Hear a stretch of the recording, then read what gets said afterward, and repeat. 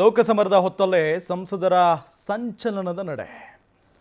ಸಂಸದರ ನಡೆ ಸಂಚಲನ ಕ್ರಿಯೇಟ್ ಮಾಡಿದೆ. ಈಗ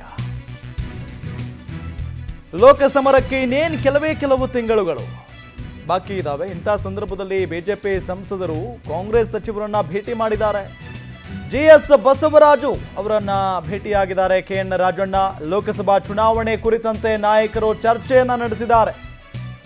ಲೋಕಸಮರ ಹೊತ್ತಲ್ಲೇ ಬಿಜೆಪಿ ಸಂಸದರು ಕಾಂಗ್ರೆಸ್ನ ಸಚಿವರು ಭೇಟಿಯಾಗಿರೋದು ಏನಪ್ಪಾ ಇದು ಸಡನ್ ಆಗಿ? ಅದರಲ್ಲೂ ಇನ್ನೇನು ಕೆಲವೇ ತಿಂಗಳುಗಳು ಮಾತ್ರ ಬಾಕಿ ಇರೋದು ಲೋಕಸಮರಕ್ಕೆ. ಇಂಥ ಸಂದರ್ಭದಲ್ಲಿ ಕಾಂಗ್ರೆಸ್ನ ಸಚಿವರು ಬಿಜೆಪಿಯ ಸಂಸದರು ಭೇಟಿಯಾಗಿರೋದು ಸಹಜವಾಗಿ ಕುತೂಹಲಕ್ಕೆ ಎಡೆ ಮಾಡಿಕೊಟ್ಟಿದೆ. ಡೀಟೇಲ್ಸ್ ಕೊಡ್ತಾರೆ ನಮ್ಮ ಪ್ರತಿನಿಧಿ ಹೇಮಂತ್.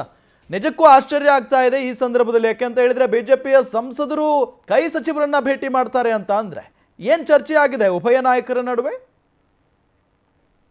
ಏನಂತಂದ್ರೆ ಈಗಾಗಲೇ ಲೋಕಸಭಾ ಟಿಕೆಟ್ ವಿಚಾರವಾಗಿ ತುಮಕೂರಿನಲ್ಲಿ ಗರಿಗೆದರಿದ ರಾಜಕೀಯ ನಡೆಸಿರುವಂತದ್ದು. ಏನು GS ಬಸವರಾಜು ಅವರು ವಿ ಸೋಮಣ್ಣ ಅವ್ರನ್ನ ಕರೆತರುವಂತ ಪ್ರಯತ್ನ ಮಾಡಿದ್ರೆ, ಈ ಕಡೆ ಮಾಧುಸ್ವಾಮಿ ಅವರು ಕೂಡ ಬಿಜೆಪಿಯಲ್ಲಿ ನಾನೇ ಆಕಾಂಕ್ಷಿ ಇದ್ದೀನಿ, ನನಗೆ ಟಿಕೆಟ್ ಸಿಗುತ್ತೆ ಅನ್ನೋ ಒಂದು ವಿಶ್ವಾಸವನ್ನ ವ್ಯಕ್ತಪಡಿಸ್ತಾ ಇರುವಂತದ್ದು.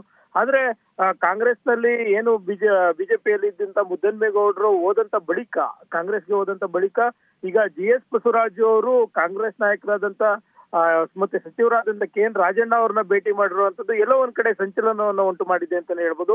ಯಾಕಂತಂದ್ರೆ ಲೋಕಸಭಾ ಹೊತ್ತಲ್ಲಿ ಈಗಾಗಲೇ ಮುದ್ದನ್ಮೇಗೌಡರು ಒಂದ್ ಕಡೆಯಿಂದ ಕಾಂಗ್ರೆಸ್ಗೆ ಹೋಗಿರೋದ್ರಿಂದಾಗಿ, ಬಿಜೆಪಿಯಿಂದ ಕಾಂಗ್ರೆಸ್ಗೆ ಹೋಗಿರೋದ್ರಿಂದಾಗಿ ಎಲ್ಲೋ ಒಂದ್ ಕಡೆ ಈ ಒಂದು ಭೇಟಿ ತುಂಬಾ ಕುತೂಹಲವನ್ನ ಕೆರಳಿಸ್ತಾ ಇರುವಂತದ್ದು. ಮತ್ತೆ ಒಂದು ವಿಚಾರ ಅಂದ್ರೆ ಸುಮಾರು 20ಕ್ಕೂ ಹೆಚ್ಚು ನಿಮಿಷಗಳ ಕಾಲ KN ರಾಜಣ್ಣ ಅವ್ರ ಜೊತೆ ಚರ್ಚೆಯನ್ನ ಮಾಡಿದ್ದಾರೆ ಅಂತ ಹೇಳಲಾಗ್ತಾ ಇರೋದು. ಈ ಒಂದು ಸಂದರ್ಭದಲ್ಲಿ ಲೋಕಸಭಾ ಚುನಾವಣಾ ವಿಚಾರವಾಗಿ ಒಂದಷ್ಟು ಚರ್ಚೆ ನಡೆದಿದೆ ಅಂತ ಹೇಳಿ ತಿಳಿದು ಬಂದಿರುವಂತದ್ದು.